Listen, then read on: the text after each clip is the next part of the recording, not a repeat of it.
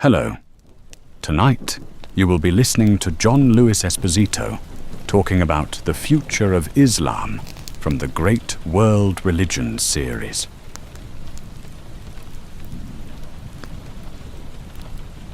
At the close of the 20th century, it appeared that the future of Islam could be one of new opportunities for peace, democracy, expanded human and women's rights, and political and social economic empowerment, and an increasing acceptance in Western societies of this notion of a Judeo-Christian Islamic tradition and of the presence of Muslims in our societies as full equal partners, as it were. 9/11 and the hijacking of Islam by militant extremists shattered the hope and the dreams of many Muslims throughout the world as they found themselves facing a new millennium in which the old stereotypes of Islam and Muslims as a violent religion and people to be feared and fought returned to center stage. Thus, the 21st century for Muslims will be a time not only for self-reflection, self-criticism, and internal reform, both religiously and politically, but also a time for educating, dialoguing with, and finding new ways in which to work with and within the West and global civilization. In the 21st century, Islam remains the fastest growing religion in many parts of the world and a significant factor in international politics. Thus, as we have seen, expanding our understanding of this global religion is important, if not critical. Our past lessons have focused on the dynamism and creativity that exists in the history and development of Islam. Let's think about it for a second. Muhammad's life and message brought religious and social reform to Arabia. And in subsequent centuries, Islam spread as faith, empire, and civilization. Islamic law, theology, and mysticism articulated the message and mission of Islam. Caliphs and sultans legitimated their rule and imperial designs in the name of religion. A world-class civilization emerged, encompassing philosophy, science, mathematics, medicine, art, and architecture. A rich legacy from Islamic civilization was appropriated by the West, or reappropriated, by a West that was emerging from a long dormant period of the Dark Ages. Although a dynamic faith and source for the development of vast regimes and rich civilizations in the past, in recent centuries Islam seems stagnant, passive, of marginal concern and in decline, doomed to be overtaken by modernization and development. In the latter half of the 20th century, an Islamic resurgence, as we have seen, has challenged all expectations and predictions. However, this revitalization of Islam in Muslim life and society, that sometimes seems to be a radical revolution, is both a challenge and sometimes a threat to Muslim societies and the West. Despite its emergence as the second and third largest religion in Europe and America in the late 20th century, for many majority non-Muslim populations, the religion of Islam is still regarded as foreign to their Judeo-Christian and secular backgrounds. In recent centuries, as we've noted at a number of times in this course, Islam has been associated with underdevelopment, authoritarian regimes, religious extremism, and terrorism. And that includes today. Ethnic and cultural differences, and the Taliban, and Osama bin Laden, and Al-Qaeda have raised the specter of a particularly violence-prone religion and raised many issues about that. Yet, a Judeo-Christian Islamic tradition actually exists. As we have seen, despite significant differences, Islam shares many important similarities and linkages with the worldviews of Judaism and Christianity. From its belief in one God, its absolute monotheism, and acceptance of biblical prophets and revelation, to moral responsibility and accountability. However, relations among the children of Abraham have, from the 7th century to the present, been characterized both by competition and conflict, as well as by coexistence and cooperation. The impact of European colonialism, secular paths of modernization and westernization, chosen by many Muslim states, and the nature of authoritarian regimes, and consequent hold of tradition have stifled at times the pace of Islamic reform. Contemporary Islamic revivalism emerged in the latter half of the 20th century in many ways as a response in personal and public life to the failures of Muslim states and the excesses of westernization, or at least the perceived excesses of westernization. Religion became the dominant language and symbolism of political discourse in many Muslim societies, and remains so today. The impact of Islamic revivalism in its violent revolutionary forms, from Egypt and Iran to Afghanistan and Pakistan, has strengthened militant interpretations of Islam and proven a major obstacle to Islamic reform. In some Muslim societies, reformers are caught between a rock and a hard place, whether they're secular or religious reformers, between authoritarian regimes that will imprison and perhaps execute you, certainly torture you on the one hand, and a minority of extremists that will kill you if they don't like what you're saying. Militants have not only imposed their brand of Islam, but also silenced alternative voices. A struggle for the soul of Islam is being waged across the Muslim world and within Muslim societies. While many Muslims wish to simply return to and reappropriate and often romanticized, and in some cases reimagined past, others look to the past for inspiration in order to reinterpret, reform, and propel Islam further down the road in the 21st century. The struggle for an Islamic reformation in the 21st century is a battle in which lines are increasingly drawn between conservatives, fundamentalists, reformers. Muslim understanding and interpretation of Islam, attitudes towards change and modernization, reflect a broad religious diversity. And we've talked about it a few lessons ago, but at this juncture, as we look to the future of Islam, it's important to remember where we are today.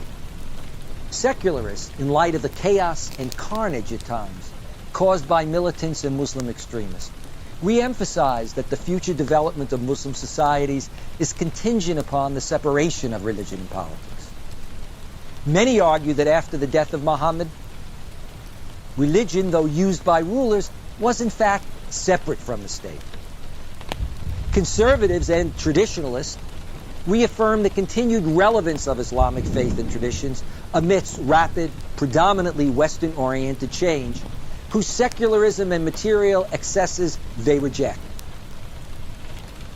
Islamic reformers, an extension of early Islamic modernists, advocate an Islamic reformation. They don't always use this language, but a broad process of reform, a fresh reinterpretation or reconstruction of religious thought, and the transformation of Muslim societies, based upon a selective, and this word is important, a selective synthesis of aspects of Islamic and Western, as well as other cultures.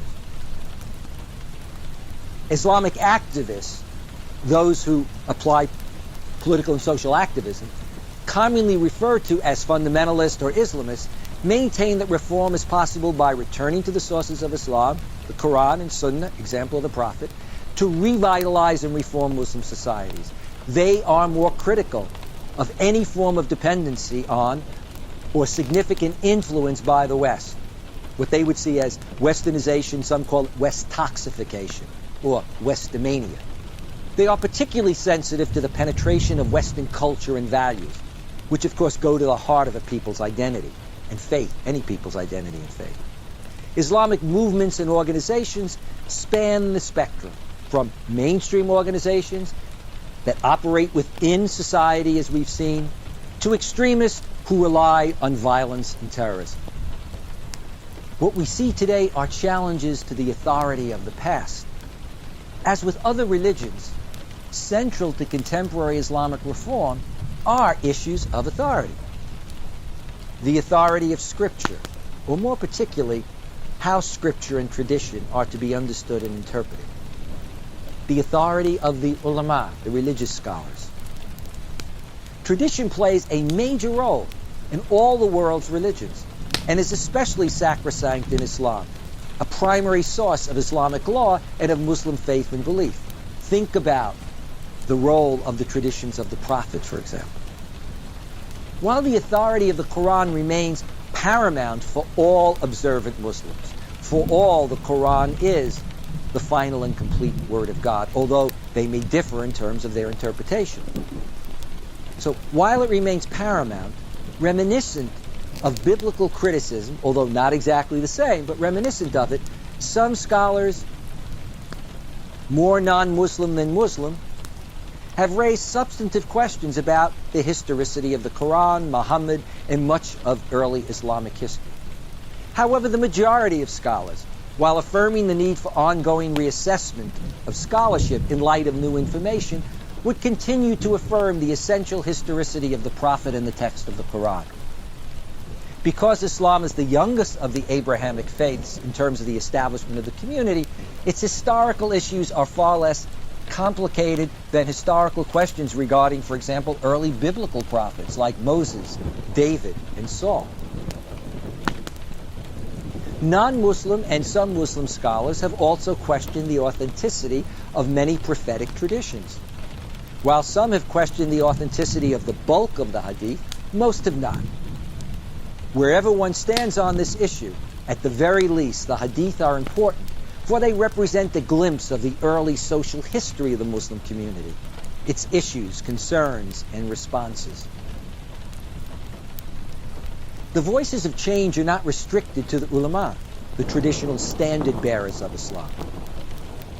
Increasingly, reformers are modern educated and Islamically oriented laymen and women who assert their competence to address issues as diverse as bioethics and medical ethics, birth control, abortion, cloning, gender relations, violence and religious extremism, democratization and pluralism.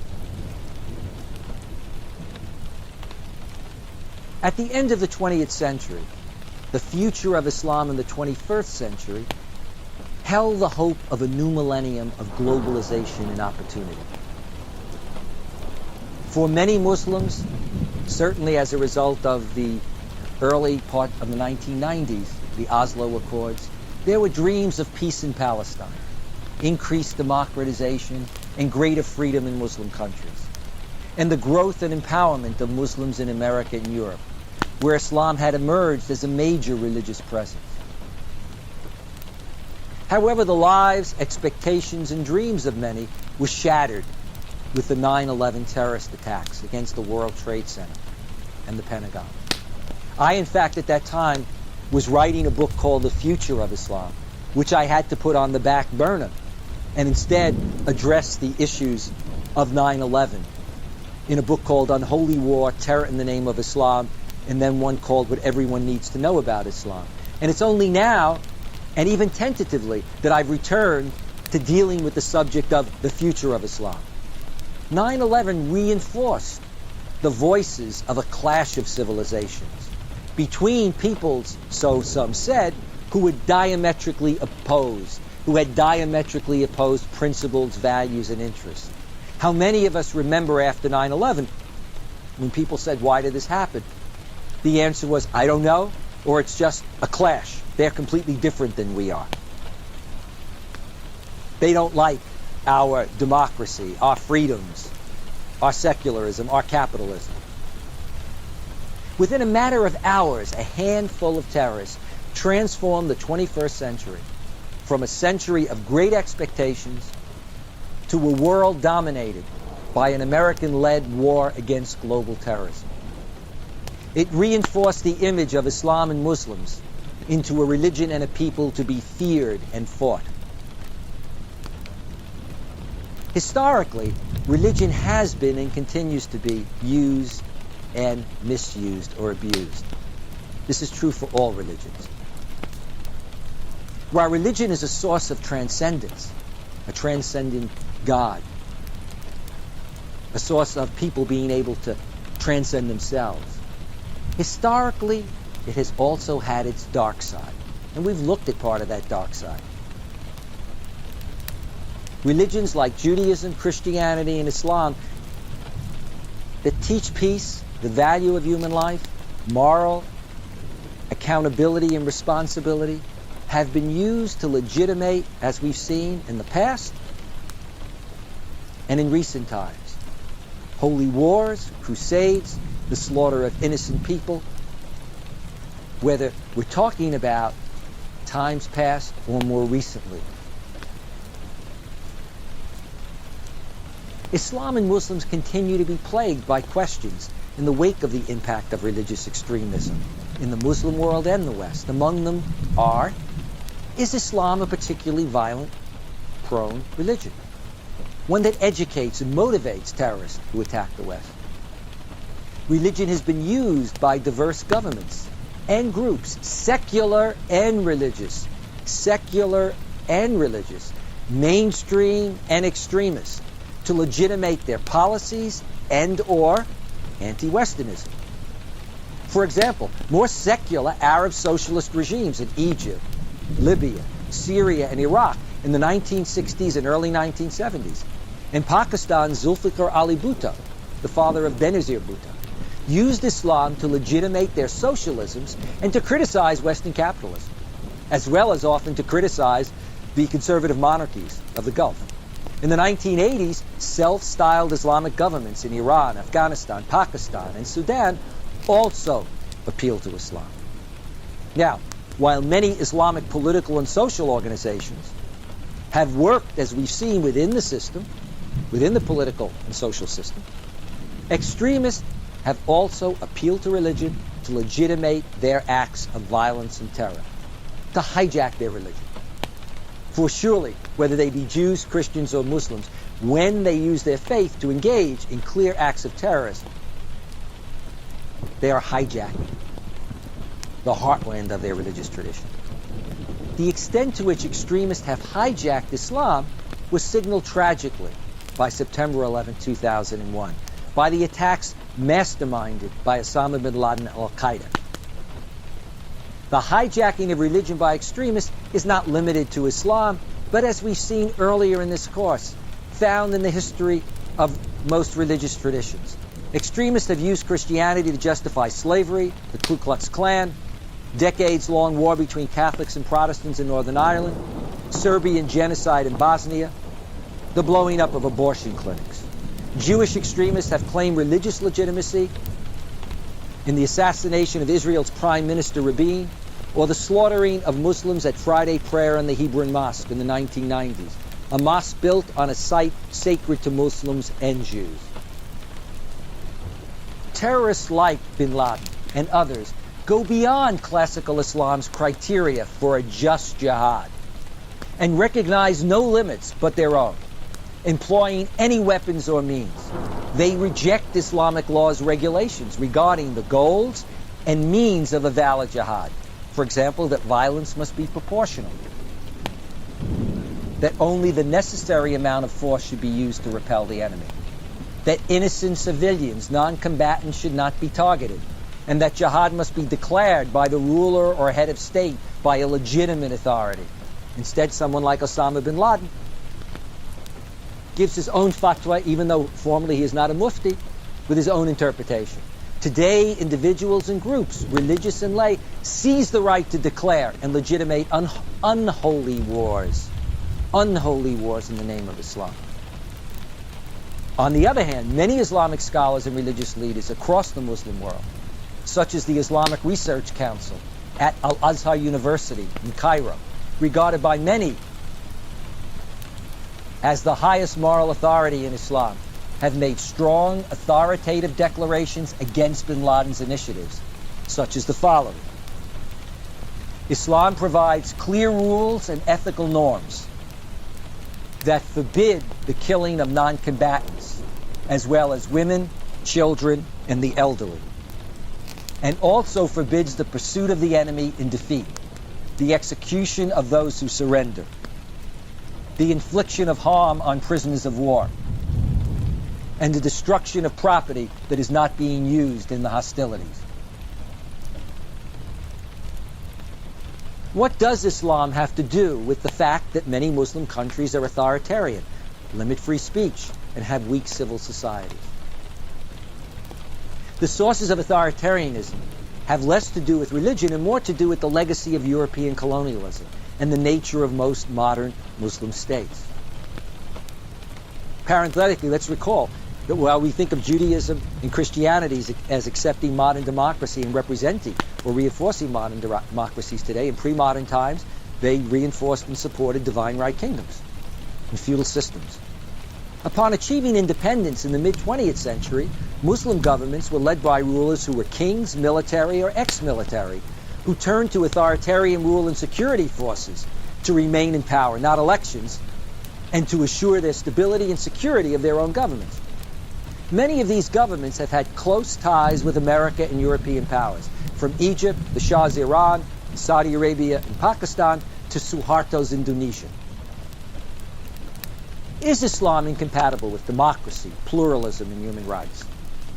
Islam in recent decades has been cited by a broad range of Muslims who believe it is incompatible with democracy, from the conservative monarchy of King Fahd of Saudi Arabia, who believes that it is not in line with Islamic traditions, to radical extremist organizations. At the same time, reformers have reinterpreted traditional Islamic beliefs and concepts. Ijtihad, the right to reinterpret. Shura, consultation. Ijma, consensus. Maslaha, the public welfare, general welfare. To support modern notions of popular political participation, pluralism, and human rights. Is Islam incompatible with capitalism? Now, historically, is Islam is a religion that grew up in a commercially oriented society, has been intertwined with commerce and trade. The Prophet Muhammad, remember, was a successful businessman, as were many early Muslim leaders and scholars. The great mosques of Islam, such as the Umayyad Mosque in Damascus, have extensive bazaars adjacent, selling every imaginable product. Among the major missionaries were the early traders and merchants who brought Islam to many parts of the world.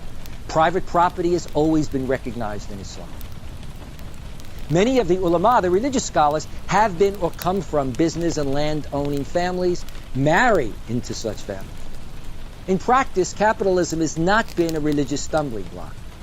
Unfettered capitalism, capitalism without limits, and conspicuous consumption that are insensitive to issues of social justice do present a problem for religiously minded Muslims, as for religiously minded Jews and Christians and others. Many in the Muslim world, like many in other parts of the world, are concerned about the dark side of capitalism, the possible abuses of a free market economy, including the seeming lack of concern for the poor and weaker sectors of society.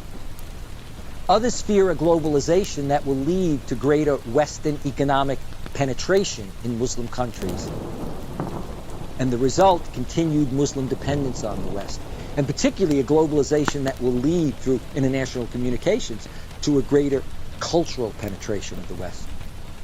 Even the French are concerned about globalization and its and communications and its impact on French culture.